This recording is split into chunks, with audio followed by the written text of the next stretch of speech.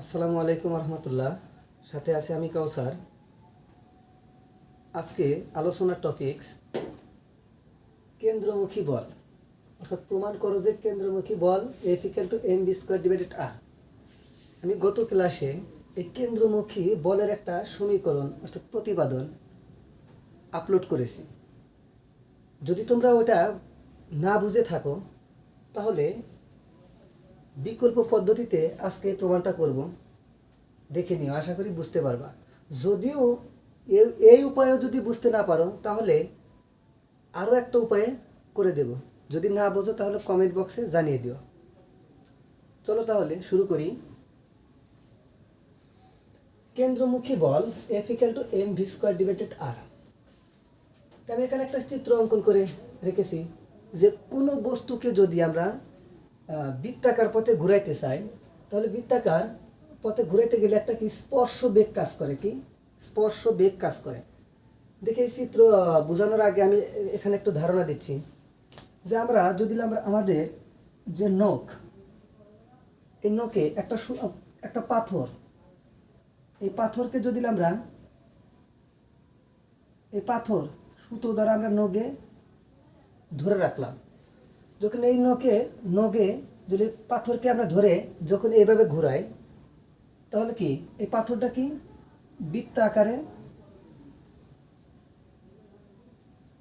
বৃত্তাকারে কি ঘুরবে। কেন ঘুরবে? কারণ এই পাথরকে কে ধরে রাখছে? আমাদের নখ। অর্থাৎ আমার নখ কেন্দ্রের দিকে এই পাথরকে ধরে রাখছে এবং ঘুরাইতে ঘুরাইতে, এবং এই পাথরটা কি সে ছিটকে যেতে চায়, কিন্তু ছিটকে যেতে দিচ্ছে না কেটা? আমাদের নখ। অর্থাৎ আমরা নখের সাহায্যে দিলে পাথরকে এভাবে ঘুরাই তাহলে কি একটা বৃত্তাকার পথ অতিক্রম করবে। হ্যাঁ, এখন সাপোজ মানে এরকম ঘুরতে ঘুরতে ঘুরতে ঘুরতে যদি এক সময় যদি মনে করব যে আমার সুতাটা একটু কেটে দেবো, অর্থাৎ নখে আমার সুতো নাই, তাহলে কি এই বস্তুটা কি হবে? এইদিকে ছিটকে চলে যাবে। মানে যখন আমি ঘুরাইতে ঘুরাইতে ঘুরাইতে ঘুরাইতে এক সময় মনে করব যে আমার সুতা কেটে গেছে, তাহলে কি এই বস্তুটা তখন কি এই বৃত্তাকার পথে না ঘুরে কি এদিকে চলে যাবে। অর্থাৎ আমি বুঝাইতে চাচ্ছি, যখন কেন্দ্রের দিকে আমার এই সুতাটা এই পাথরকে ধরে রাখছে তখন কি বৃত্তাকার পথে কি ঘুরছে। যখন এই পাথর এবং আমার নখের ভিতরে সুতো মনে করো নাই, তখন কি এই পাথর ঘুরতে ঘুরতে ছিটকে ওদিকে চলে যাবে। যদি তোমরা এটাও না বোঝো তাহলে আরেকটা জিনিস আমি বোঝাচ্ছি। সেটা হলো, আমরা তো গরু দেখেছি। গরুকে আমরা কি একটা খোঁটা দ্বারা, অর্থাৎ খুঁটি দ্বারা একটা কি বেঁধে রাখা হয়। অর্থাৎ মনে করলাম যে এটা কি খুঁটি, খুঁটি মনে করো এই সাইডে কি একটা গরু বাঁধা আছে, কি আছে? গরু। দেখুন, গরু যদি মনে করো যে ঘাস খাবে, কি ঘাস খাবে, গরু যদি আমরা টান অবস্থায় যদি গরু থাকে, গরুর যে রশি আছে এটা কি কেন্দ্র মানে কি আমি মনে করবো গরুর মানে খোঁটা এতটুকু কি রশি আছে। তো এই রশি যদি টান অবস্থায় যদি গরুটা চারি সাইডে যদি ঘাস খায় মনে করো, তাহলে এরকম একটা বৃত্ত অঙ্কন করবে এই রশি। এখন মনে করো যে এই গরুটা মনে করো এই সাইডে কিছু ঘাস আছে, ওইখানে কি ওই ঘাসটা যখন খেতে যাবে, মনে করো কি ঘাসটা খেতে মানে যাইতে চাচ্ছে, কিন্তু ও যাইতে চাচ্ছে কিন্তু ওরে যাইতে দিচ্ছে না কেডা? এই যে খোঁটা। অর্থাৎ কেন্দ্রের দিকে কি এই গরুটাকে কি ধরে রাখছে। ও যাইতে চাবে এদিকে, কিন্তু এই যে খোঁটার সাহায্যে কেন্দ্রের দিকে কি, অর্থাৎ রশ্মির সাহায্যে কি এই গরুটাকে কি ধরে রাখছে, কি এই রশ্মি অর্থাৎ এই খোঁটা। ও যেতে চাচ্ছে এদিকে কিন্তু যেতে পারতেছে না। ও এদিকে যাবে কিন্তু এই কেন্দ্রমুখী, অর্থাৎ কি এই খোঁটার কারণে কি, এই রশ্মির কারণে কি ও ঘুরে ফিরে কি এদিক দিয়ে ঘাস খাবে। অর্থাৎ তো মানে আমি বুঝাইতে চাইতেছি যে ওদিকে যাইতে চাবে কিন্তু কেন্দ্রমুখী বলের কারণে ওদিকে যাইতে দেবে না, কি তখন কি বৃত্ত আকারে কি ঘুরবে। আশা করি একটু ধারণা পেয়েছো। এখানে সেই কাজটা করেছি যে এই যে এই বিন্দুতে একটা বস্তু, এই বিন্দুতে একটা কি বস্তু, এই বস্তুটাকে আমি বৃত্তাকার পথে কি করব? ঘুরাবো। বৃত্তাকার পথে কি করব? ঘুরাবো। দেখুন, যখন আমাদের মনে করব যে কেন্দ্রমুখী বল মানে কেন্দ্রমুখী বল কাজ করতেছে না, অর্থাৎ কেন্দ্রের দিকে যে টানটা কাজ করতেছে না, তখন কি এই বস্তুটা কি এদিকে যেতে যাবে? কেবল দেখাইছি যে মনে করো আমাদের নখে যে সুতো বেঁধেছিলাম, যদি কেটে দিই তাহলে পাথরটা কি ছিটকে ওদিকে পড়ে যাবে। আমি সাপোজ এখানে একটা বস্তু ধরেছি, এই বস্তুটা কি প্রাথমিক অবস্থায় কি এদিকে যাইতে যাবে? যখন কেন্দ্রমুখী বল না থাকে তাহলে কি কোন দিকে যাবে? এদিকে যাইতে যাবে। কিন্তু কেন্দ্রমুখী বলের কারণে ওরে কি এদিকে যাইতে দেবে না, না দেখে এই বৃত্তাকার পথে কি করবে? ঘুরবে। তা আমাদের এই প্রমাণ করার ক্ষেত্রে মনে করতে হবে যে এই বস্তুটা কি এদিকে যাইতে যাচ্ছে, কিন্তু কেন্দ্রমুখী বল তাকে যাইতে দিচ্ছে না। এতটুকু ধারণা থাকলে হবে। আমি এখানে লিখেছি, মনে করি এম ভর বিশিষ্ট এই যে একটা বস্তু, এই বস্তুটার ভর কি এম ভর বিশিষ্ট ধরছি, একটি বস্তু কণা ও বিন্দুকে, এই যে ও বিন্দুকে কেন্দ্র করে, এটা অবশ্যই কি আর ব্যাসার্ধ বিশিষ্ট একটি বৃত্তাকার পথে ভি সমবেগে, অর্থাৎ এই বেগই ঘুরবে। অর্থাৎ এই বেগেও যাইতে চাচ্ছে ওদিকে, কিন্তু কেন্দ্রমুখী বল তাকে টেনে বৃত্তাকার পথে ঘুরাচ্ছে। প্রাথমিক অবস্থায় কি একটা বেগে যাবে, সেই কথাটা আমি এখানে লিখেছি যে আর ব্যাসার্ধ বিশিষ্ট একটি বৃত্তাকার পথে ভি সমবেগে ঘুরছে। হ্যাঁ, এখন আমি একটা ধরি, অতি ক্ষুদ্র টি সময়, একবার অল্প সময়, একদম অল্প, মানে অতি ক্ষুদ্র। আমি এখানে প্রমাণ করার সুবিধার্থে চিত্রটা কি মানে বুঝাইছি যে এ বিন্দু থেকে বস্তুটা কি সি বিন্দুতে পৌঁছাইছে, কিন্তু না, মানে আরও ক্ষুদ্র সময় ধরলে কি আরও এই সাইডে এতটুকু চলে আসতো, এবং এমনকি বৃত্তের কাছাকাছি।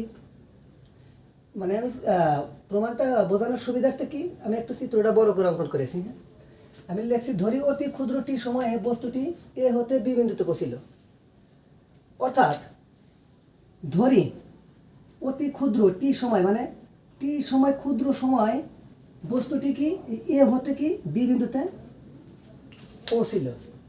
এক্ষেত্রে একটা কথা লিখেছি, বস্তুটি দুটি ধাপে এ বিন্দু হতে বি বিন্দুতে পৌঁছেছে। অর্থাৎ এই বস্তুটা এখান থেকে যে এখানে পৌঁছিয়েছে, দুটি ধাপ অতিক্রম করে পৌঁছাইছে।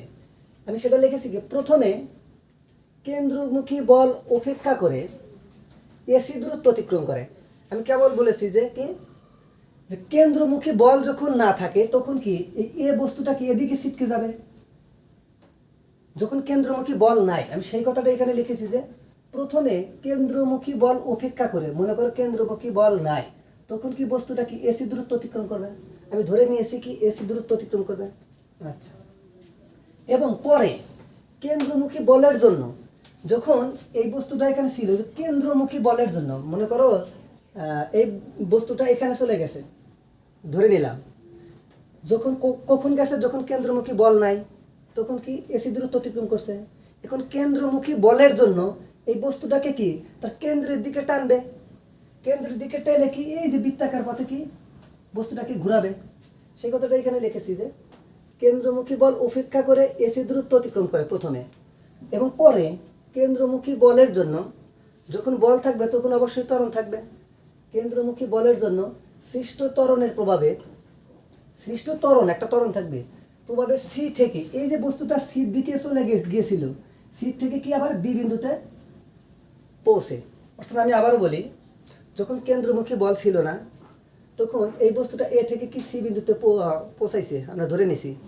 এখন কেন্দ্রমুখী বল যদি থাকে তাহলে কি একটা ত্বরণ থাকবে, এই ত্বরণের কারণে এই সি থেকে, এই যে সি, এই বিন্দু থেকে এই বস্তুটা আছে, এই সি থেকে কি টেনে বি বিন্দুতে নিয়ে আসবে। অর্থাৎ সেই কথা আমি লিখেছি, সি থেকে বি বিন্দুতে পৌঁছে।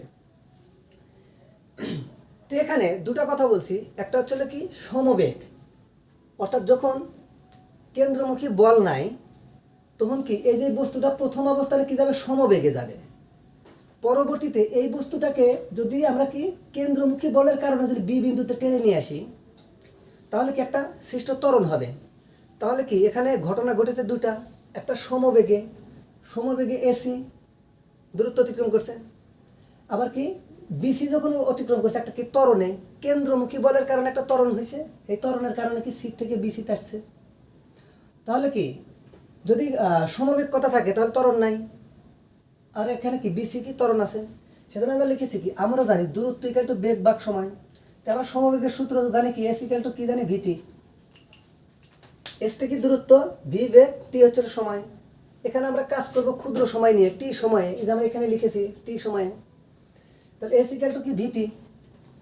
তাহলে কি এই ক্ষেত্রে দূরত্ব, এক্ষেত্রে দূরত্ব কি হবে, এসি। আমরা এসি কি এতটুকু প্রথমে গেছে, দূরত্ব কি এসি, সেজন্য দূরত্ব কি লিখেছি এসি।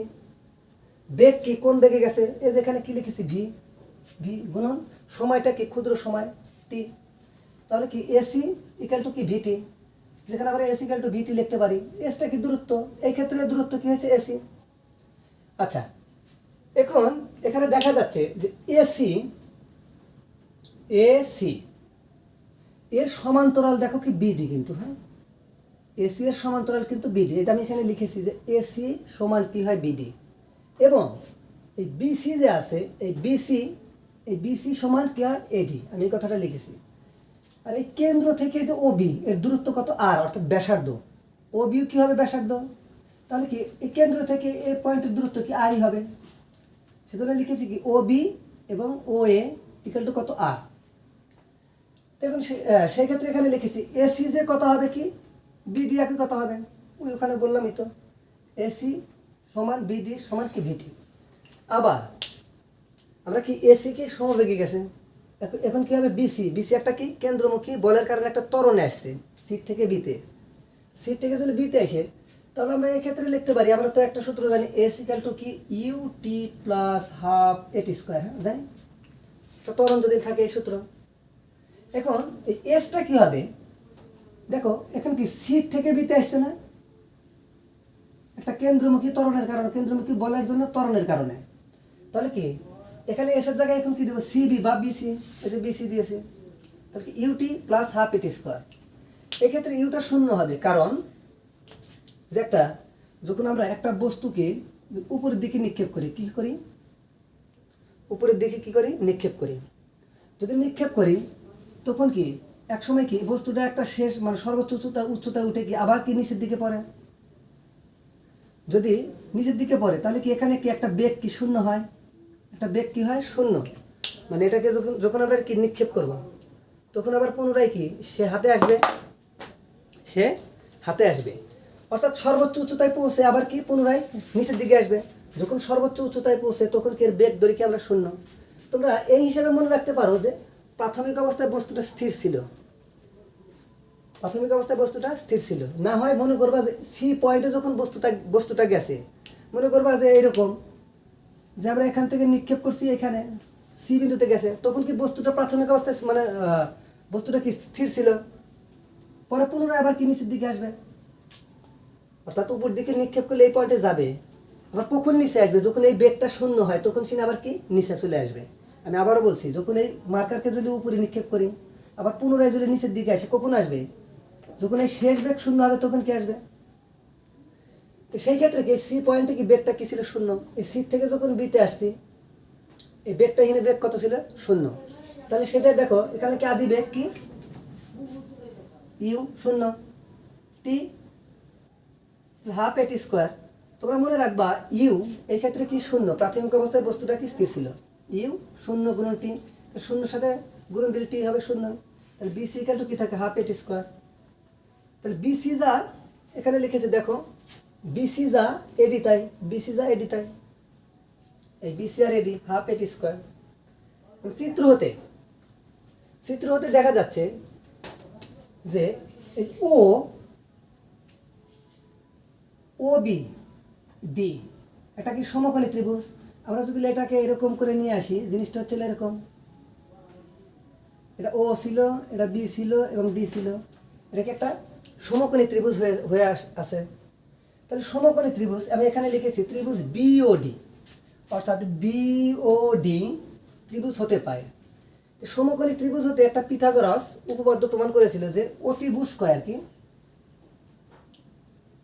অতিভুজ স্কয়ার লম্ব স্কয়ার প্লাস কি ভূমি স্কয়ার। তো এই ক্ষেত্রে অতিভুজটা কি ছিল ওবি, কি ওবি, লম্ব কোণটা ধরবো বিডি, অতিভুজ ওবি, লম্ব বিডি, আর এটা কি ভূমি ধরবো কি ওডি, কি ভূমিটা কি ধরবো ওডি।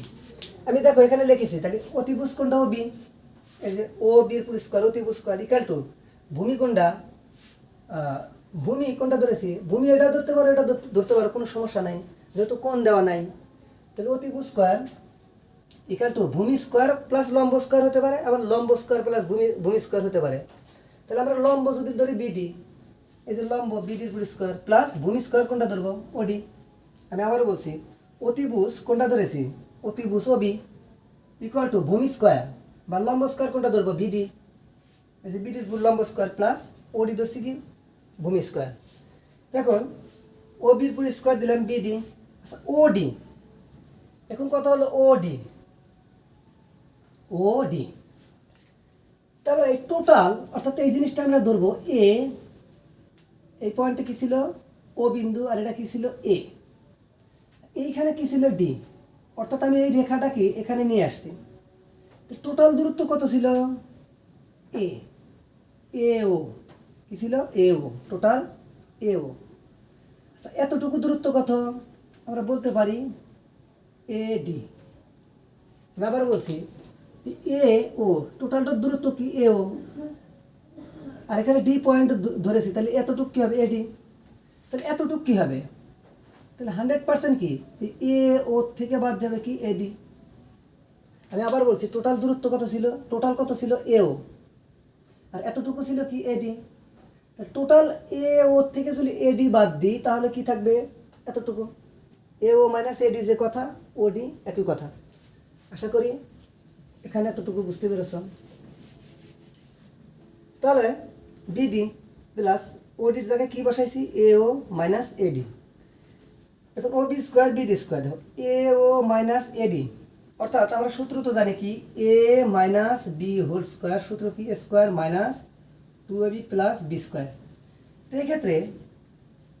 এক্ষেত্রে কি এ ওটা ধরেছি কি এ, এডিটা ধরেছে কি বি, তাহলে কি হবে এ স্কোয়ার, তাহলে এ ও তারপর কি এ স্কোয়ার মাইনাস 2 এই এ ইন্টু বি, এডি হলো B plus B square, B square কি ধরছি এডি, এডির বি স্কোয়ার।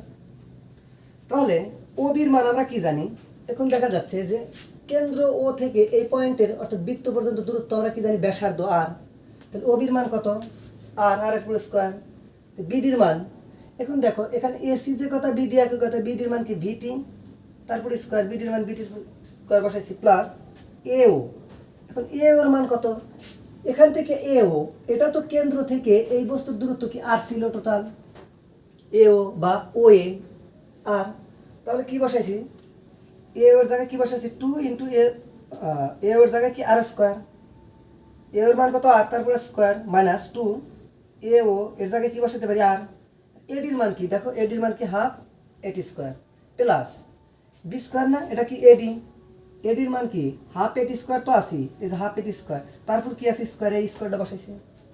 তাহলে আমরা কি একটু ক্যালকুলেশন করবো, আর square equal to V square, এই ভির পুরো স্কোয়ার আছে বি স্কোয়ার, টির পুরো স্কোয়ার আছে টি স্কোয়ার প্লাস আর স্কোয়ার মাইনাস 2 আর, এখন দেখো এই যে 2 আর এই 2 কাটা, তাহলে কি থাকে আর এটি স্কোয়ার, সেই আর এ টি স্কোয়ার আছে প্লাস, এখন দেখো এই টোটালটার উপর কি স্কোয়ার আছে, তাহলে এই জিনিসটা দেখো হাফের পুরো তো স্কোয়ার যদি থাকে জিনিসটা হয় কি 1 এর পুরো স্কোয়ার থাকলে কি 1, 2 এর পুরো স্কোয়ার থাকলে কত 4, সেজন্য 1/4 লিখেছি, এর পুরো স্কোয়ার থাকলে কি স্কোয়ার, টির পুরো তো স্কোয়ার আছে তারই পুরো স্কোয়ার যদি হয় টি4,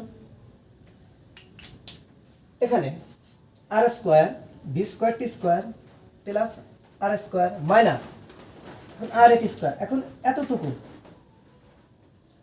এই একটা সমীকরণের মধ্যে টির সর্বোচ্চ ঘাত বা সর্বোচ্চ পাওয়ার কোনটা টি4, টি4 দেখুন টি এর মান অতি ক্ষুদ্র ধরেছি আমরা, সেই জন্য কি উচ্চ ঘাত যে আছে টি4, অর্থাৎ টি4টা কি উচ্চ ঘাত, সর্বোচ্চ উচ্চ ঘাত কোনটা টি4, টি4 এই উচ্চ ঘাতকে উপেক্ষা করবো অর্থাৎ নেগলেক্ট করবো। হ্যাঁ টি এর মান অতি ক্ষুদ্র বলে 1/4 স্কোয়ার টি4 এর মান উপেক্ষা করে, অর্থাৎ এখানে কি টি এর পাওয়ার সর্বোচ্চ ছিল সেজন্য কি টোটালটা কি বাদ, মানে এটা শখ ছিল কি শখগুলা কি সম্পূর্ণ বাদ হয়ে গেছে, কারণ টি এর মান অত্যন্ত ক্ষুদ্র, টি এর মান যদি ক্ষুদ্র হয় একসময় কি শূন্যের কাছাকাছি যায়, সেজন্য কি এর সাথে শূন্য গুণ দিলে কি শূন্য হয়ে যায়, শূন্য গুণ দিলে শূন্য হয়।